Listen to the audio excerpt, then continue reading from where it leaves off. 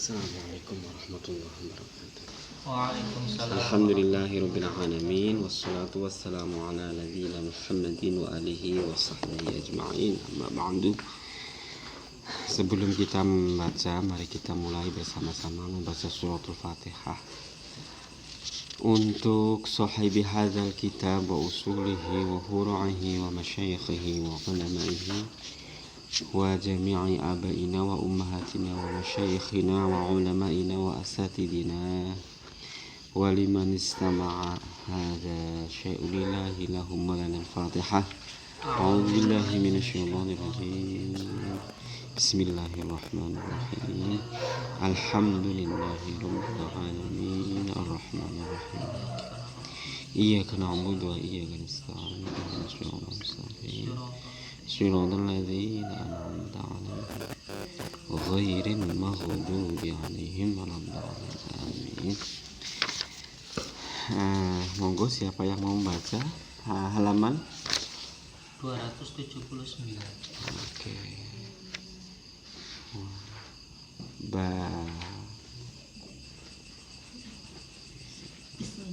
Ya boleh. Mana yang mana mulai mana? Oke. Muqabasat ar-rabi'u. Fil farqi. Iya. Fil farqi bainal wahdati wan nuqtati. Wa imla ala aidun. Al farqu bainal wahdati wan nuqtati annal wahdata hiya nuqtatun malah wadu anaha. Malah wadu anaha. Wan nuqtatu hiya wahdatun hiya wahdatun malaha wad'un fal wahdatu hiya mabda'u al-wahidiyatu wa hiyal al-kamu munfasil bi manzilatil adadatil mu'atallafi minal wahdati allati tajtami'u min ghairi ittisali iddatiha bil ukhra. Wan nutqati ya mabda'u al-kam wa al-muttasil bi manzilatil haddi allati yattasilu ajza'uhu ba'daha bi ba'din bi haddin mushtarikin ya an-nutqatu. Fan nutqatu Nuqtah. Yeah. Fan nuqtatu idan ya wahdatu malaha wad'un wal wahidatu huwa nutqatun mala wad'un laha. Walidhalika makana wujudul wahdati mawdu'uha an-nafsu fit tawahhumi wa wujudun nutqati mawdu'uha al-jauharit tabi'i. Al-jauharut tabi'i. Al-jauharut tabi'i. Wa muta'alliqun bil hissi wa in kana muta'alliquha bi tawassutil hissi. Oke.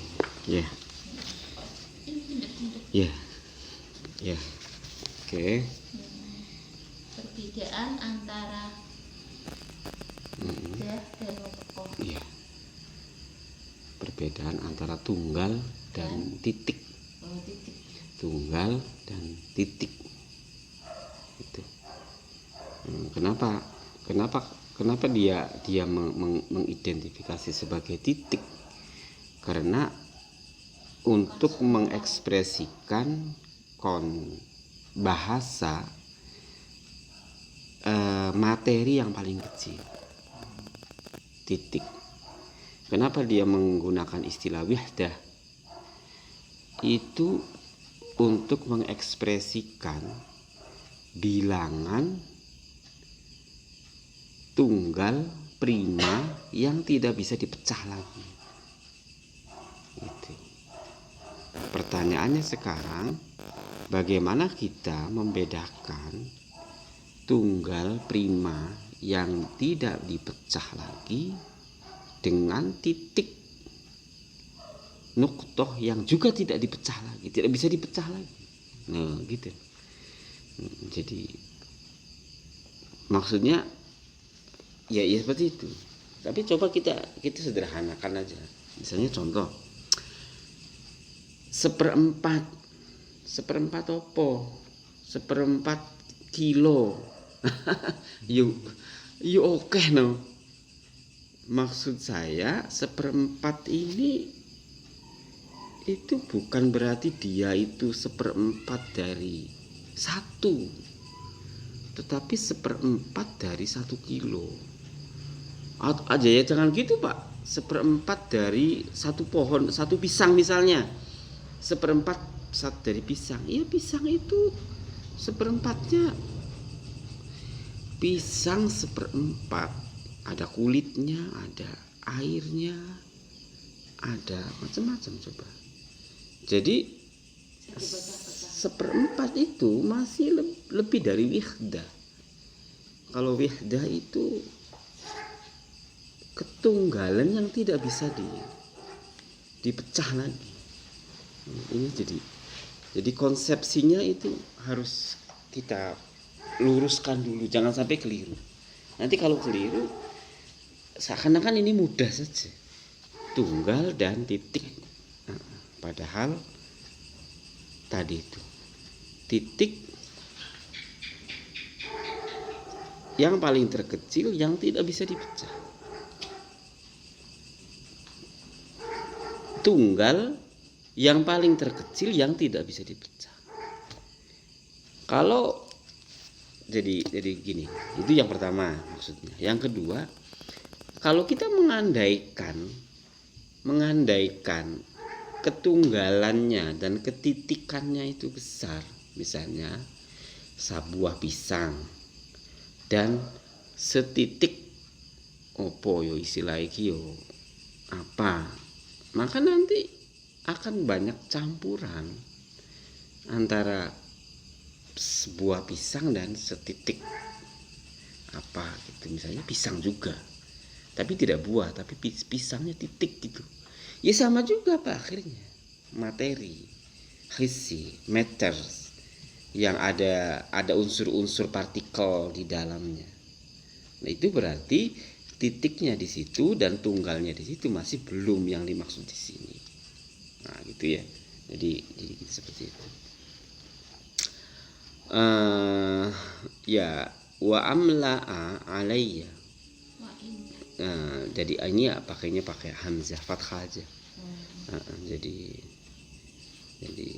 kalau pakai kata-kata amla yumli imlaan atau amla yumli imlaan juga bisa.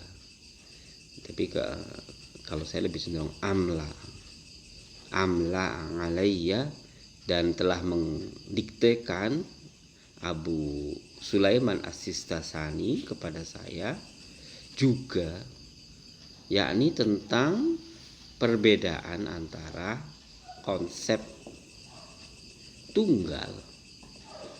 Tunggal itu tidak bisa dipecah. Ini karena kita bicara tentang fisika di sini, tabi'iyat. Kita mencoba apakah konsep ketunggalan ini seperti apa nanti. Tapi pertama kita fisika dulu. Jadi ketunggalan yang tidak bisa dipecah lagi. Ya mungkin kalau dalam bahasa fisikanya jadi apakah itu molekul atau atom. Saya tidak tahu mana yang tidak bisa dipecah. Tetapi konsep tunggalnya itu. Pada saat yang sama, nuqtoh.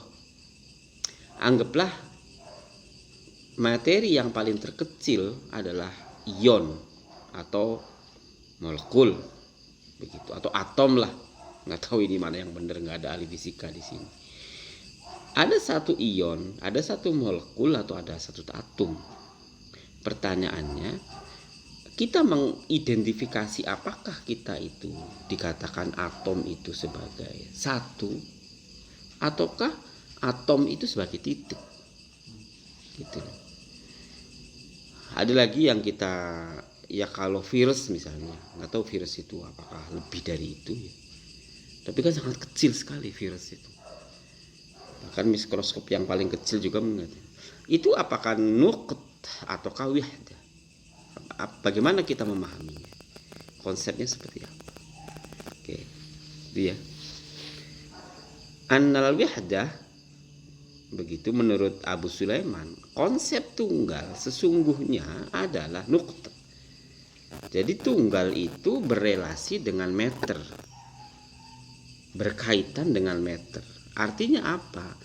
Konsep tunggal ketika dia tidak terkait dengan meter, nuktoh dengan nuktoh, itu maka mungkin saja ketunggalannya itu tidak dikatakan sebagai tunggal, tetapi misalnya sebagai kosong atau adam atau nihil.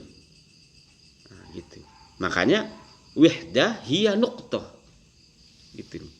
Ini wajib untuk mempertahankan eksistensi wahdah.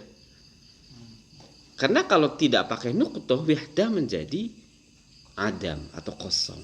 Gitu. Ini teori-teori.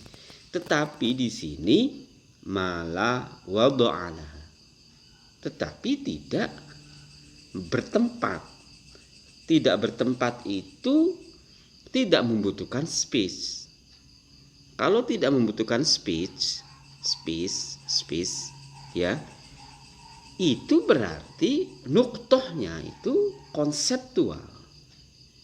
Loh, apa ya konsep? Ya konsep, ideas. Misalnya ada setitik hitam. Ini bolak-balik saya katakan. Ada setitik hitam. Setitik hitam ini ideas. Setitik hitam. Atau satu hitam. Kita pahami apakah satu titik hitam atau satu hitam sudah masuk ke titik hitam, ataukah titik hitam itu sudah satu. Tapi maksud saya, ketika kita mengatakan ini la wad'a, itu berarti wahdah.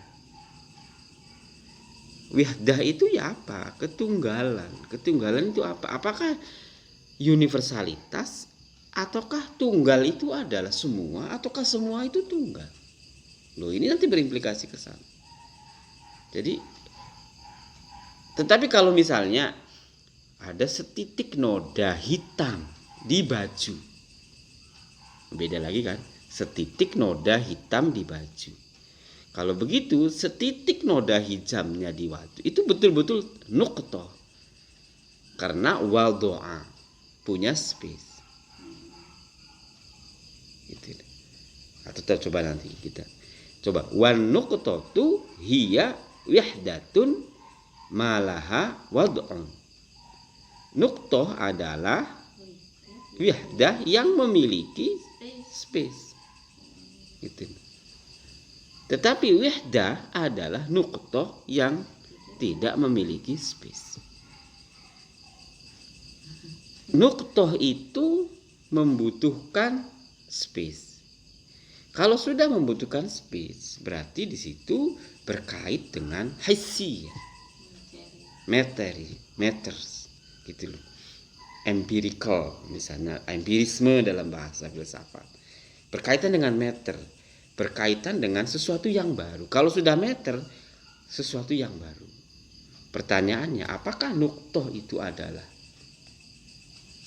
muhdas ataupun diciptakan?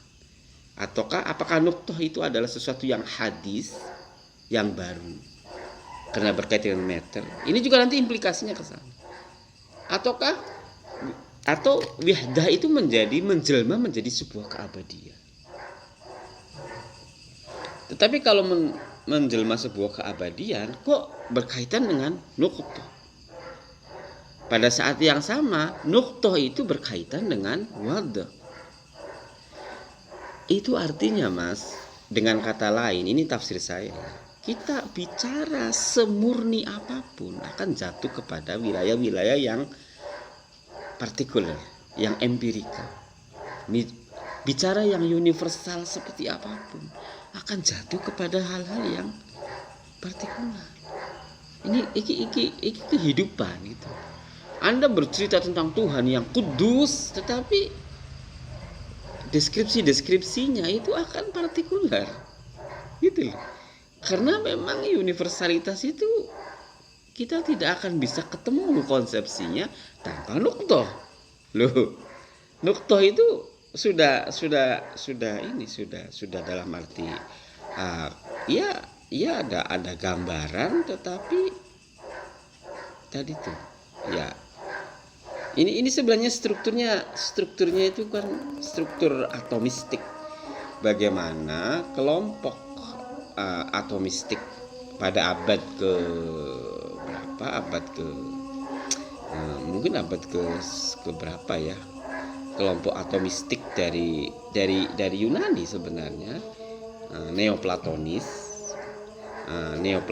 yang berbicara atomistik, yang berbicara tentang jauhar, itu kemudian digunakan oleh para filosof, para teolog muslim untuk mengargumenkan tentang konsep-konsep keilahian yang sakral, yang suci. Itu. Jadi meskipun Al-Qur'an sudah mengatakan Allahu Al-Ahad, As-Samad, lam yalid wa lam yulad, tetapi kan di gagasan-gagasan para teolog, para filosof kan mereka tidak punya referensi untuk menjelaskan seperti apa yang paling pas untuk mengatakan bahwa konsep Tuhan itu adalah esa. Tuhan itu lam yalid wa lam yulad. Itu konsepsinya susah sekali untuk dijelaskan. Kalau di kalangan Kristen itu mudah aja, karena proses apa yang disebut dengan katakanlah inkarnasi ataupun proses trinitas, sehingga mereka dengan mudah mengkorelasikan konsep-konsep yang kudus dengan yang profan, yang ilahiyah dan yang human. Jadi mereka itu tidak berpikiran pusing-pusing mengkonsepsikan tentang Tuhan, karena ada Tuhan Bapa, ada Tuhan Anak, ada Roh Kudus, ada Anak, ada Isa yang menjelma. Jadi mereka persepsinya mudah sekali. Persepsi manusia. Karena manusia. Tetapi kita bersusah payah para filosof untuk mempertahankan jika memang Allah itu adalah Maha Pencipta, Maha Suci, Maha Agung, dan bukan sesuatu yang bersifat empirical. Begitu kemudian kita bagaimana mengargumenkannya? Lah, salah satu bentuk argumentasi mereka menggunakan prinsip-prinsip atomisme. Jadi konsep tentang atom, yakni matter yang paling kecil, tetapi katakanlah dia itu tidak bisa dilihat, tetapi wujudnya itu ada. Itu dia bukan merupakan materi, tetapi konsepnya ada. Sama dengan konsep wihdah ini. Jadi wihdah itu berkaitan dengan nuqtoh dan seterusnya. Tetapi tadi problemnya tadi. Oke ya, saya kira begitu. Fal wihdatu hiya mabda'ul wahidiyah. Monisme bisa juga boleh atau bisa jadi mengartikan, tapi kita coba ketunggalan atau tunggal atau monisme, atau sebenarnya tunggal juga pas atau tidak gitu ya. Itu mabda'ul wahidiyah, prinsip-prinsip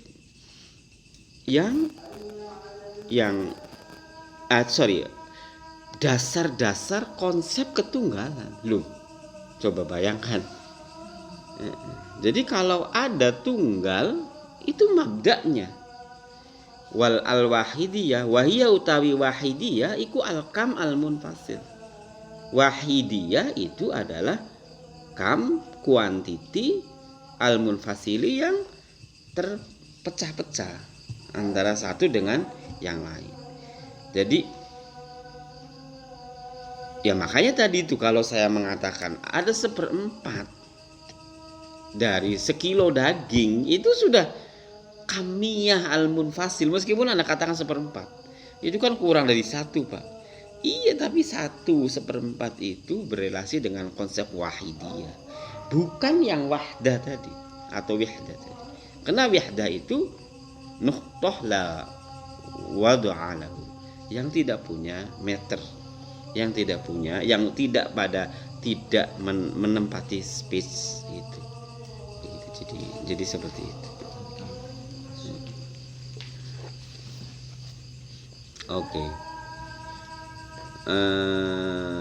Bimanzilatil adad al-mu'talifi, dalam struktur kuantifikasi al-mu'talifi yang tersusun-susun minal wihdati. Nah, ini contohnya. Jadi wihdah itu jadinya banyak juga ya. Nah, ini problemnya, susah. Allati tastami'u, yang terakumulasi, min ghairi ittisali ikhdatiha, yang tidak berkaitan antara kesatuannya wihdat bil ukhra dengan yang lain.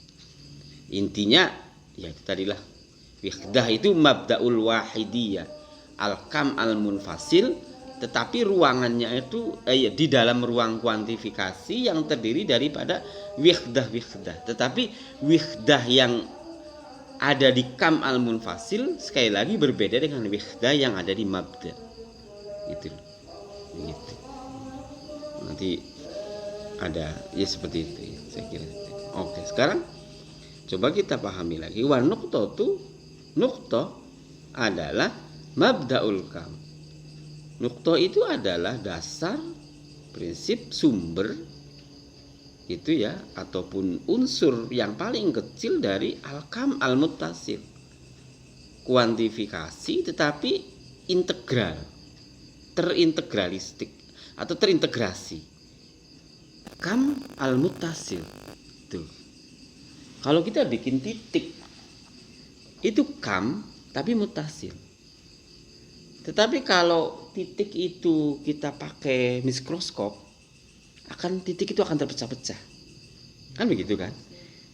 Itu terpecah-pecahnya titik itu ketika pakai mikroskop itu menjadi wihdah wahidah al-munfasilah. Tuh. Bayangkan. Kalau kita pakai mikroskop yang lebih besar lagi, satu titik yang terpecah itu akan menemukan nuqtah muttasilah. Bisa jadi kan? Kalau lebih besar lagi mikroskopnya, nuqtah muttasilah akan menjadi wahidah munfasilah lagi. Benar enggak? Seperti itu. Enggak tahu sampai berapa step mikroskop untuk melihat coronavirus itu. Virus corona itu yang sampai ketemu namanya bermahkota itu. Itu besar sekali loh itu. Itu aja masih kelihatan titik-titik terpisahnya, munfasil. Jadi maksud saya antara wihdah yang kam munfasil dengan nuqtah yang kam muttasil itu sebenarnya terstruktur dalam mu'talif yang mu'talif itu yaitu bertahap, berlapis, berstruktur. Itu maksudnya seperti itu. Jadi ini paling oke ya. Wa nuqtatu hiya mabda'ul kam al-muttasil bi manzilatil khat alladhi yattasilu ajza'uhu ba'duha bi ba'din bi haddin mushtarikin hiya an-nuqtah. Oke. Fal nuqtatu idzan, oleh karena itu nuqtah dalam konteks ini menjadi wihdah malaha wad'un, sesuatu yang tunggal yang tidak memiliki space atau tidak berspace. Iya. tidak memiliki malaha. Malahan memiliki. Wihdatun malaha wad'un, sesuatu yang memiliki wad'an, tema spesial. Wal wahidu hiya nuqtatun ma la wad'ana. Wahid adalah space atau nuqtah yang tidak memiliki space. Jadi tadi itu polanya persis seperti tadi itu. Jadi kalau saya tidak keliru, bagaimana ketika kita membuat titik spidol di papan tulis itu, kita akan menemukan mana struktur wihdah, mana struktur nuqtah, begitu. Jadi tetapi ya tentu kita juga tidak sampai kepada pemahaman bahwa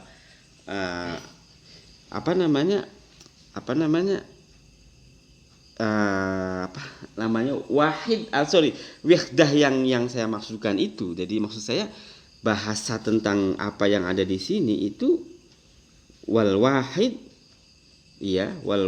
hiya nuqtatun mala wadu'ala, begitu. Fa nuqtatu idzan hiya wihdatun malaha wadu'un wal wahidu hiya nuqtatun mala wadu'a laha. Jadi ya mungkin penjelasan saya seperti tadi yang paling pas gitu. Bagaimana membedakan konsep wihdah, bahwa wihdah itu sebagai konsep dan nuqtah sebagai meter, gitu loh. Membedakan wahdah atau wihdah sebagai konsep dan nuqtah sebagai meter. Nah, ketika nuqtah itu bermeter tetapi munfasil, maka itu menjadi wahid. Kalau begitu wahid itu berbeda dengan wihdah. Wahid atau jamaknya wahidat itu adalah berbagai nuqtah yang beritisol, berintegrasi dalam satu kesatuan, maka menjadi titik itu, menjadi nuqtah itu. Partikel-partikel yang ada di dalam nuqtah itu adalah wahid. Lah wahid itu tetapi di sini wal wahidu hiya nuqtatun mala wadu'a. Kenapa wahid itu tidak dikatakan sebagai nuqtah, bukan dikatakan sebagai mala wadu'a? Karena wahid di sini ya istilahnya kembali kepada konsep, tetapi bukan konsep wihdah. Yang menjadi yang wadu'a itu sekali lagi nuqtah, gitu loh. Ini bingung sekali.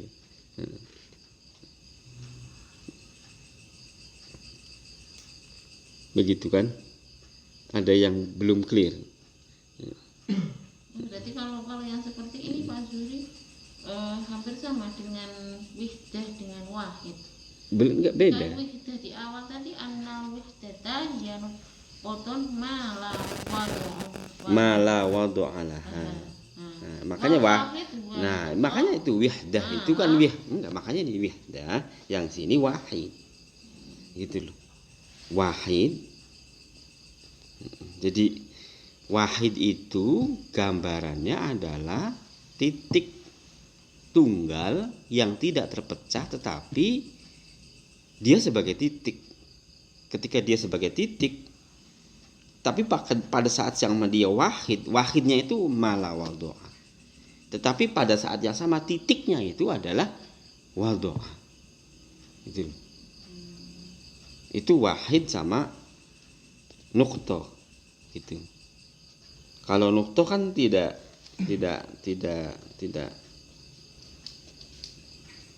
berubah konsepnya. Yang ini hanya wahdah atau wihdah dan wahid, ya wahidiyah. Bagaimana? Ada tambahan atau ada? Kan kalau konsep tentang atomis itu gimana sih, Pak? Kan kalau atom itu ada 3 penyusunnya sih, tapi tetap dikatakan satu gitu. Punya elektron, punya neutron, punya proton gitu. Yang tengah-tengah itu intinya kan namanya neutron. Iya. Itu apakah masuknya wihdah apa? Nah. Yang masuknya bingungnya mana nutfah mana wihdah ini. Nah, jadi wihdah itu konsep dalam arti saya katakan tadi, konsep ketunggalan itu bisa saja partikular, bisa saja universal. Kalau Anda melihat wihdah bumi ini, satu planet itu menjadi wihdah, gitu loh. Tetapi konsep, lah kita ambilkan yang besar di dalam bumi ini atau bumi ini itu adalah ada wahidah, ada laut, ada udara, ada oksigen, ada air, ada apa gitu. Itu menjadi wahidah. Nah, wahidah ini memiliki atau ada pada nuktoh atau sebagai sebuah nuktoh. Wahidah sebagai sebuah nuktoh.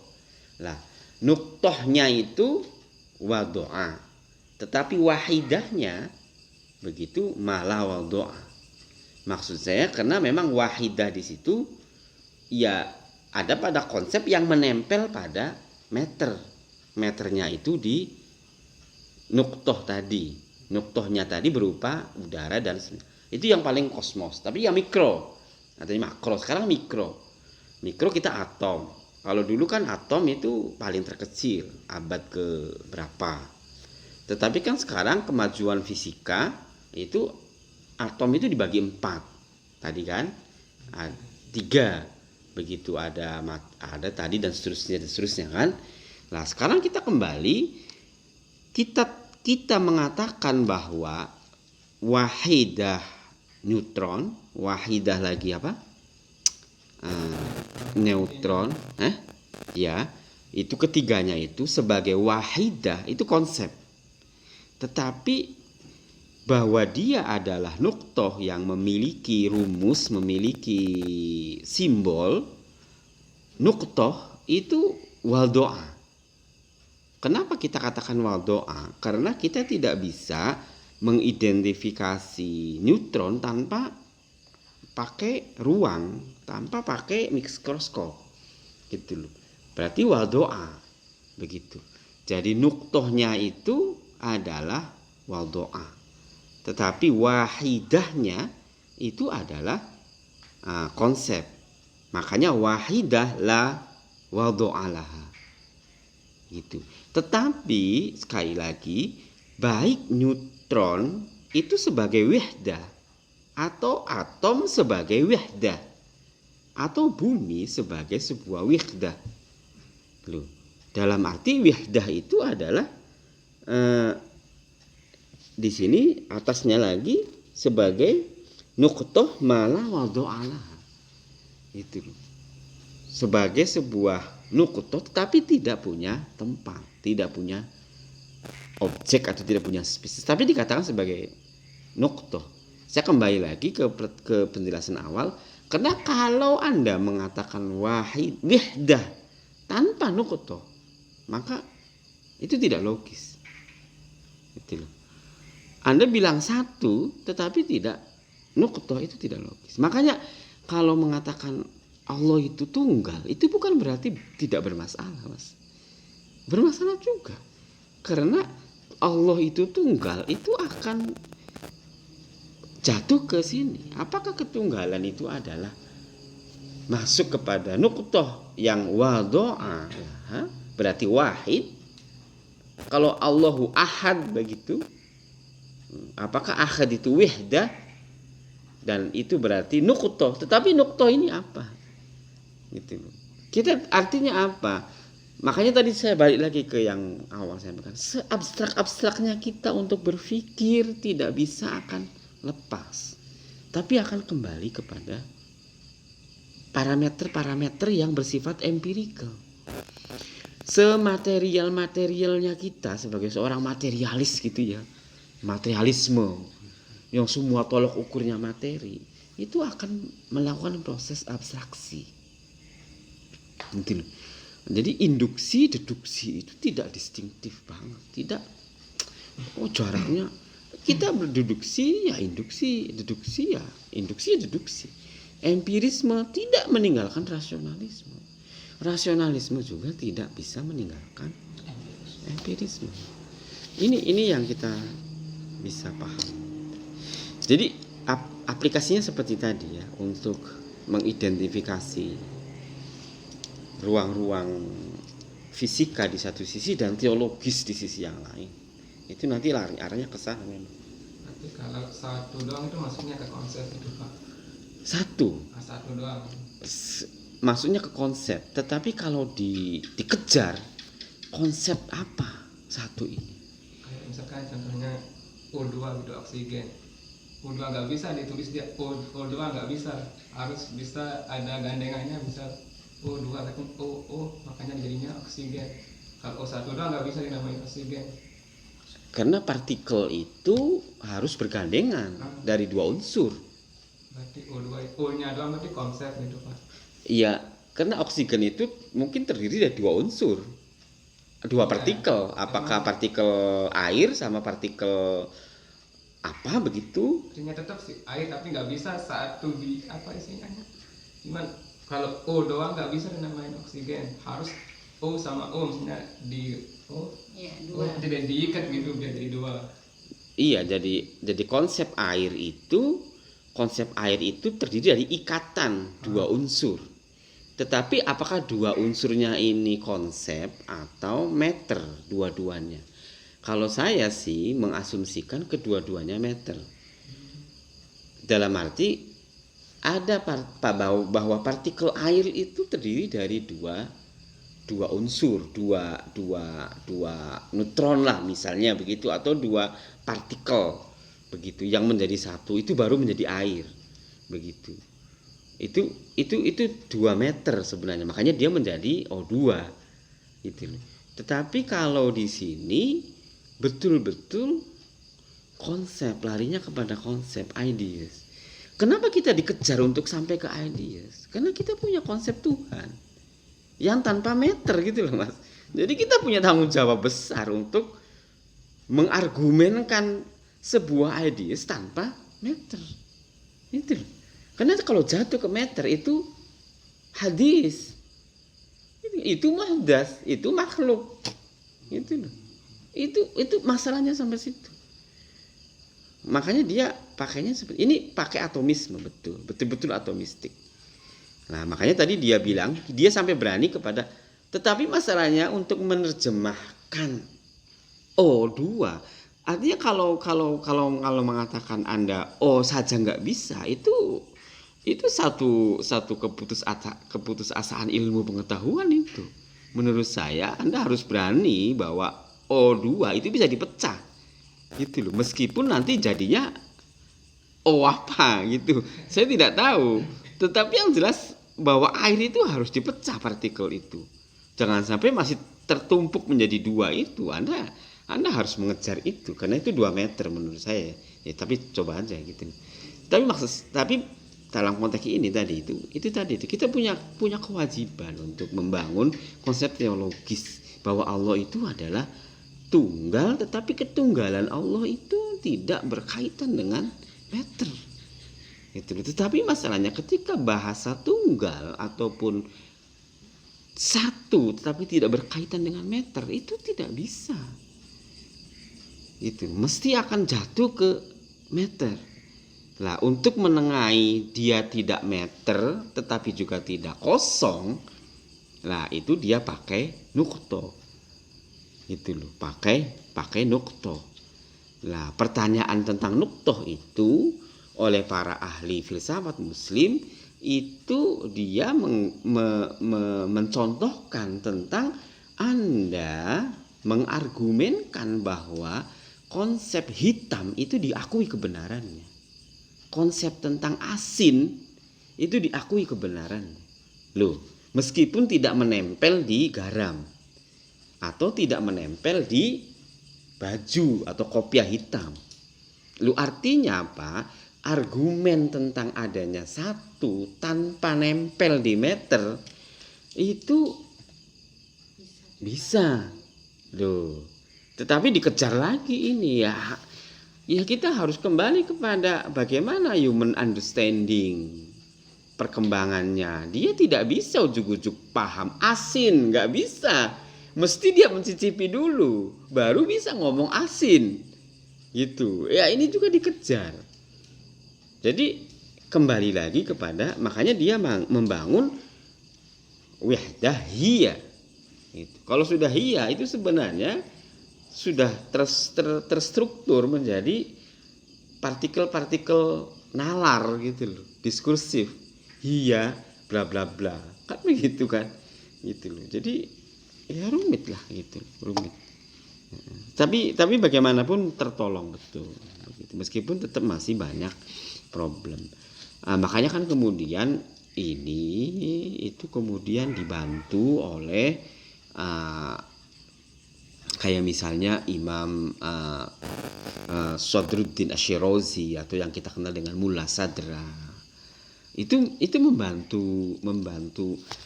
membantu kemacetan para filosof muslim untuk membangun tentang konsep. Mulla Sadra dengan ontologinya bisa membangun ini, bisa mencoba mengeluarkan ini. Gitu. Jadi ini perjalanan panjang sekali kaitannya dengan persoalan ketuhanan ya. Oke. Ada lagi? Terus? Jadi walidzalika makana wujudan walidzalika makana wujudul wahdah walidzalika makana wujudul wahdati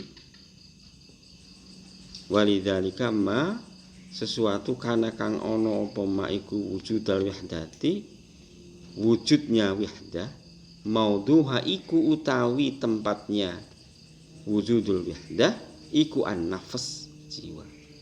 Tuh.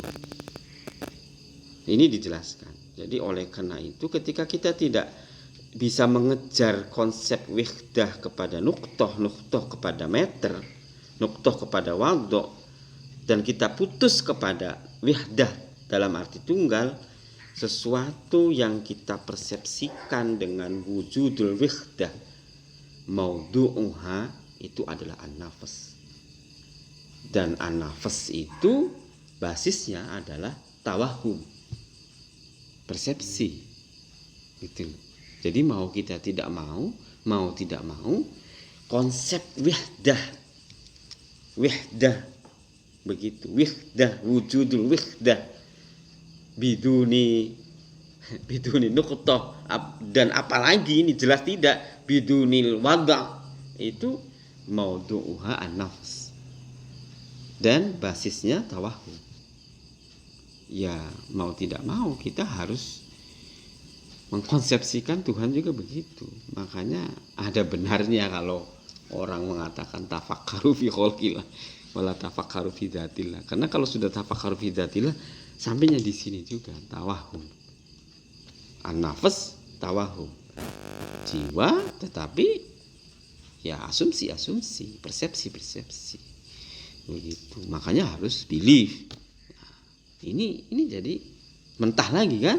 Kalau seperti ini, kalau begitu filsafat gagal kan? Nah, kalau dalam konteks seperti ini menjadi gagal. Makanya teori baru nanti lahir, begitu. Ya membantu lagi, gitu. Misalnya contohnya Mulla Sadra, gitu. Oke. Wa wujudut nuqtah maudhu'uha al-jauhar at-tabi'i itu. Al-jauhar at-tabi'i ini bahasa atomnya adalah neutron yang 3 itu tadi, yang paling kontemporer. Kalau dulu atom ya atom aja satu, gitu. Wa muta'alliqun bil hissi. Wa in kana muta'alliquha bi tawassutil hissi. Meskipun hubungannya itu hanya hubungan berkaitan dengan meter. Jadi kalau misalnya kita lihat buku ini memiliki atom-atom, ya bisa bil hissi, namanya muta'alliqun bil hissi. Tetapi kalau ingkana muta'alliquha bi tawassutil hissi, saya pakai kacamata, pakai laboratorium, pakai teleskop, pakai mikroskop, itu namanya muta'alliquha bitawassutil hissi. Nah, canggih kan? Begitu. Ya, memang pada saat yang sama abad ke-10 itu eksplorasi fisika dan kimia itu sudah bergerak sehingga melahirkan misiu, melahirkan misiu. Misiu itu awal loh, klasik loh. Iya, yang tidak akhir ya, belerang macam-macam itu sudah tercipta pada waktu itu kayaknya. Sudah tercipta itu ya. Oke, saya kira itu. Masih terus? Silakan baca, siapa yang mau baca? Mau baca santri baru ini. Masih apa? Mas Nur, iya, silakan. Bismillahirrahmanirrahim. Muqabasatu fi bayanil farqi bainal fi'li wal amali. Sa'altu Aba Sulaimana anil farqi bainal fi'li wal amali. Faqala al-fi'lu yuqalu ala ma yang qadi wal amalu yuqalu ala al-athari allati tasbutu fi zawati ba'dal il harakati. Qala wal fi'lu aidan ya'ummu kulla makna sodirin ala zati. Wahatul fi'li annahu kaifiyatu sodiratin anizatin. Kaifiyatun, langsung aja kaifiyatun Sodiratun anizatin. Wal infisalu kaifiyatun waridatun ala zatin. Wal fi'lu yuqalu ala tahqiqi ala hadal makna. Wa huwa alladhi yuqalu innahu maqulatun minal qaulatil asri. Makulat, ini sebenarnya makulat ya. Ini keku. Yuqalu ala umumi ay ala ay makna sodrin anzatin. Buku bahasa yang nomor 75. Fi bayanil farqi bainal fi'li wal amali, dalam penjelasan perbedaan di antara fi'il dan amal. Sa'altu Aba Sulaiman, saya bertanya pada Sulaiman anil farqi dalam perbedaan antara fi'il dan amal. Faqala, maka beliau Abu Sulaiman berkata, al-fi'lu itu yuqalu alama yang qadi, dikatakan pada sesuatu yang gerak. Inqadha itu ya terpenuhi atau terlaksana. Iya. Jadi fi'il itu yaitu sesuatu yang bisa dilaksanakan atau bisa atau selesai gitu. Apa sesuatu yang selesai? Ya karena ini mudhari ya. Jadi sebenarnya tidak mesti harus sudah selesai. Tetapi tindakan itu adalah atribut terhadap sesuatu yang bisa dieksekusi. Gitu. Bisa dieksekusi, itu namanya fi'il. Meskipun belum dieksekusi. Kalau kita mau pergi ke matahari, itu bukan fi'il. Karena itu tidak bisa dieksekusi. Misalnya pergi ke laut gitu, ke matahari gitu. Tapi kalau saya mau kecebur ke laut, ya fi'il. Bisa dikatakan fi'il karena bisa dieksekusi. Bisa dilaksanakan, bisa ditindaklanjuti meskipun itu belum. Jadi seperti itu. Amal dan amal itu yuqalu al-asar, dikatakan pada suatu bekas-bekas alati yang butuh fidawati, yang tetap bekas itu di dalam beberapa zat. Bahkan qinda'il harakati, setelah terjadinya pergerakan. Jadi bekas itu pengaruh atau impact atau efek impact itu amal. Jadi bukan bekas ya istilahnya kalau jadi amal itu adalah efek atau impact dari substansi yang impact yang ada dari substansi proses pergerakan atau proses eksekusi ini. Impactnya apa? Impact itu bisa bersifat material, bisa bersifat tindakan. Impact itu bisa bisa berbentuk tindakan, atau impact itu bisa berbentuk katakanlah persepsi ataupun argumentasi ataupun psikis, macam-macam tentu. Jadi makanya contoh ya, misalnya sholat. Kita sholat itu fi'al sholat atau amal sholat. Ya mestinya kita itu harus fi'al sholat lah. Yang kita dorong itu jangan beramal, tetapi bertindakan. Baru setelah bertindak kita tahu impact-nya seperti apa. Itu maksud saya, impact amal itu impact dari tindakan. Nah, struktur ibadah kita itu kesannya impact, padahal amalnya fi'alnya kadang-kadang masih amburadul. Makanya ketika Anda bertanya kenapa kita sering sholat tetapi tidak punya efek atau tidak punya pengaruh, kenapa agama memiliki pengaruh yang rendah?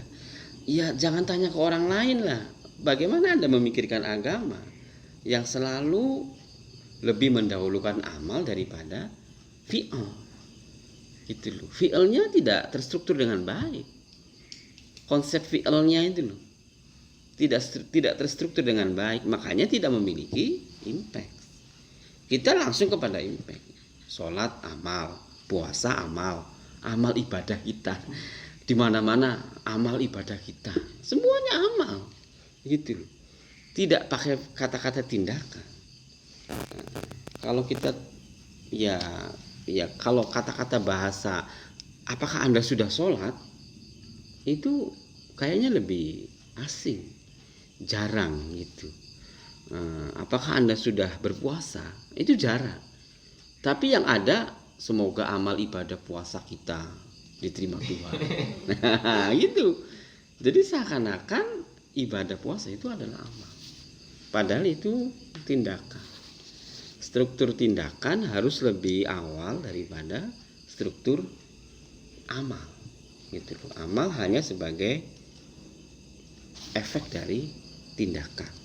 Begitu. Makanya asar tadi. Oke, saya kira seperti itu. Nah, sekarang makanya karena fi'al itu lebih konkret, lebih problematik dan lebih memiliki unsur-unsur yang harus kita pahami, makanya dia lari kepada fi'al. Begitu. Kemudian wal fi'lu monggo. Adapun Abu Sulaiman berkata wal fi'lu yang dinamakan fi'il itu ya umukul makna sodirin, menyangkupi setiap makna. Setiap makna yang datang, muncul dari zat. Iya. Dan batasnya fi'il itu yaitu tata cara kemunculan dari zat itu. Oke, ya. Wal infisal dan infisal Infial. Wal infial yang dinamakan infial itu tata cara yang datang pada zat. Iya. Yang datang. Iya. Oke. Betul, terus? Wal fi'lu yuqalu ala tahqiq, dan fi'il itu dikatakan pada pembenaran pada makna ini.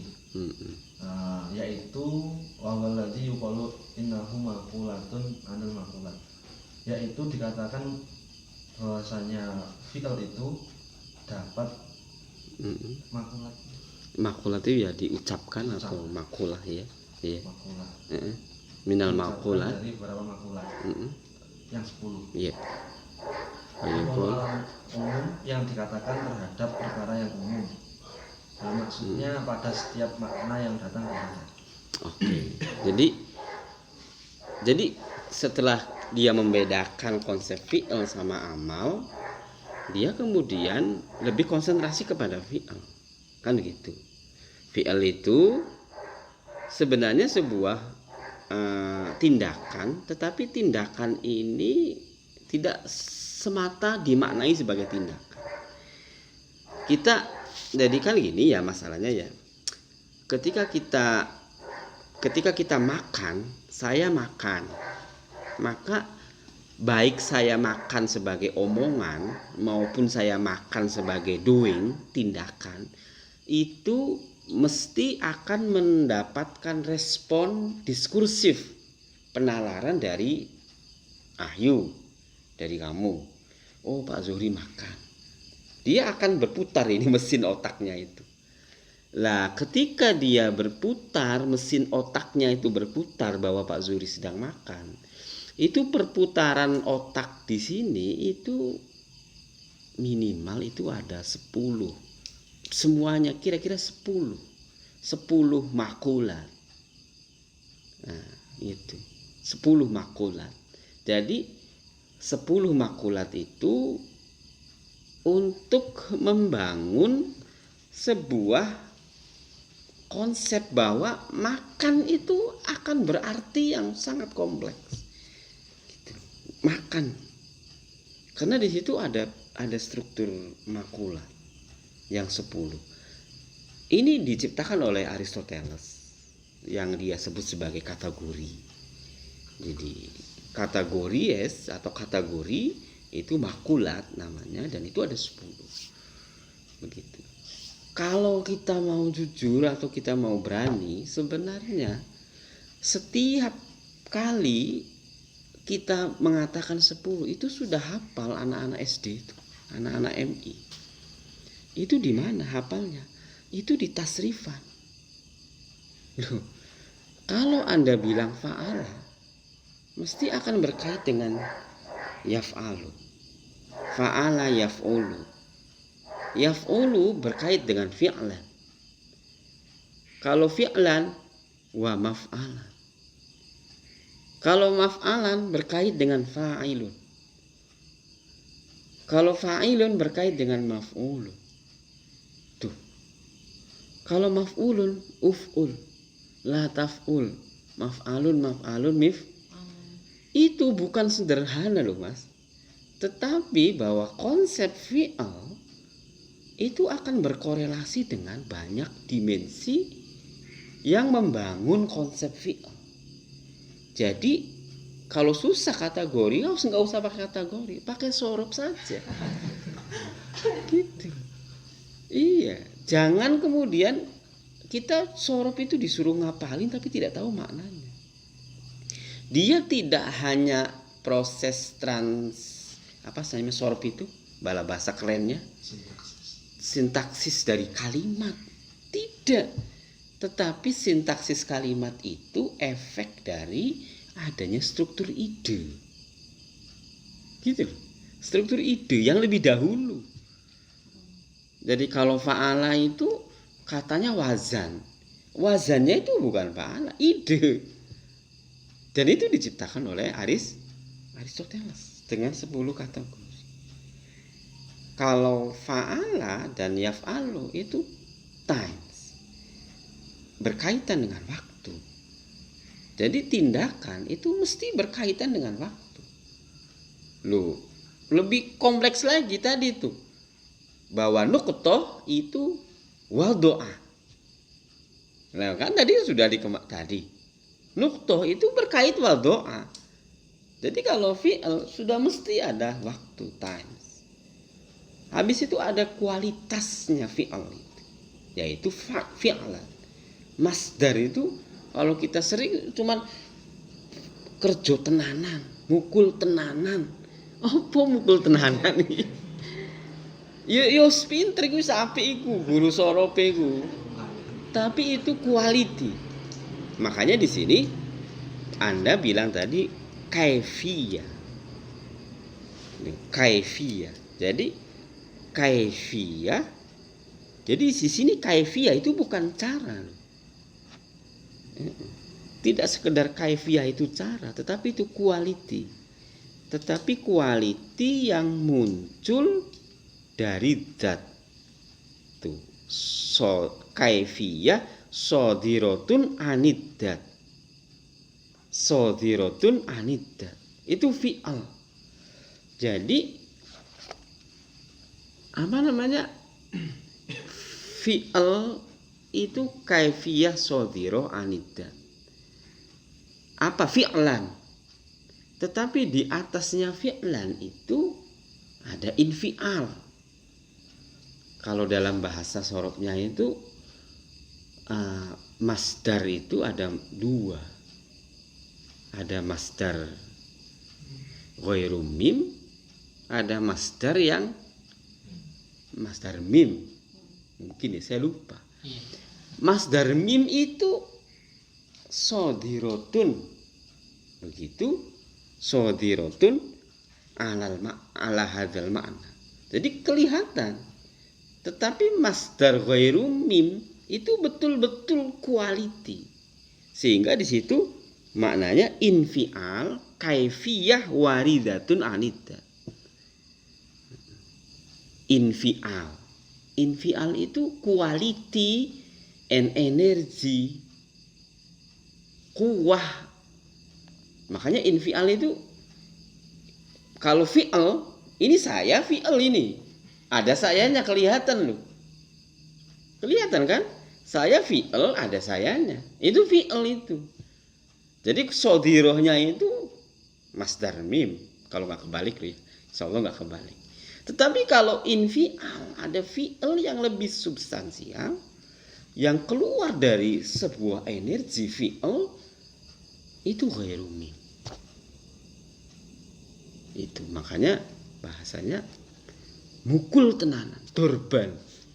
Itu ada dua di situ. Ada dorban dalam arti sodirotan anidat, dalam arti fa'ilnya atau doribnya, atau waridatan anidat dalam bentuk infial, energi yang abstrak yang melahirkan fi'al. Gitu. Jadi loh, kok sampai seperti itu? Ya karena kita ingin memahami betul-betul kalau Pak Zuhri makan itu artinya jelas, clear betul. Itu kan bisa sekali makannya banyak. Berarti kuantiti. Makannya sedikit. Ya kuantiti juga. Makannya nikmat. Apa itu? Quality ya apa itu? Itu fi'al sodiro saja. Atau apa? Ini makannya di mana? Ini sudah persepsi itu. Makannya kapan?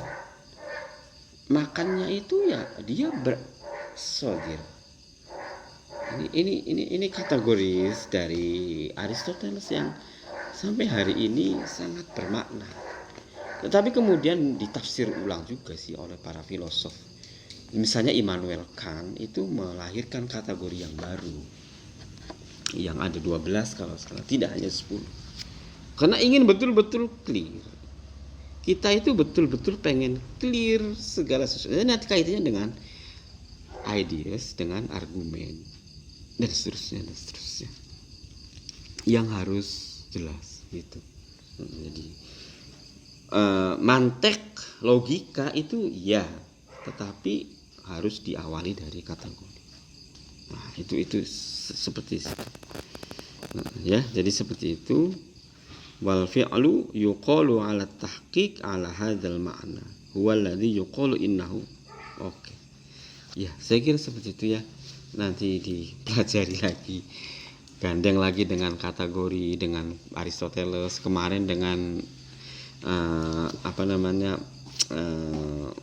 si Martin Heidegger yang berbicara tentang time and being yang belum saya mutola'ah, ini sudah ganti lagi ya.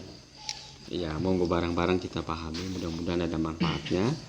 Yang jelas kita memahami yang paling mendasar dari segala aspek, dari semua yang kita bisa lihat, yang bisa kita pahami, agar kita bisa lebih paham lagi, lebih baik lagi dalam memahami itu. Saya kira itu manfaat yang paling besar dari kajian kitab Muqabbasat ini. Mari kita akhiri dengan baca hamdalah bersama.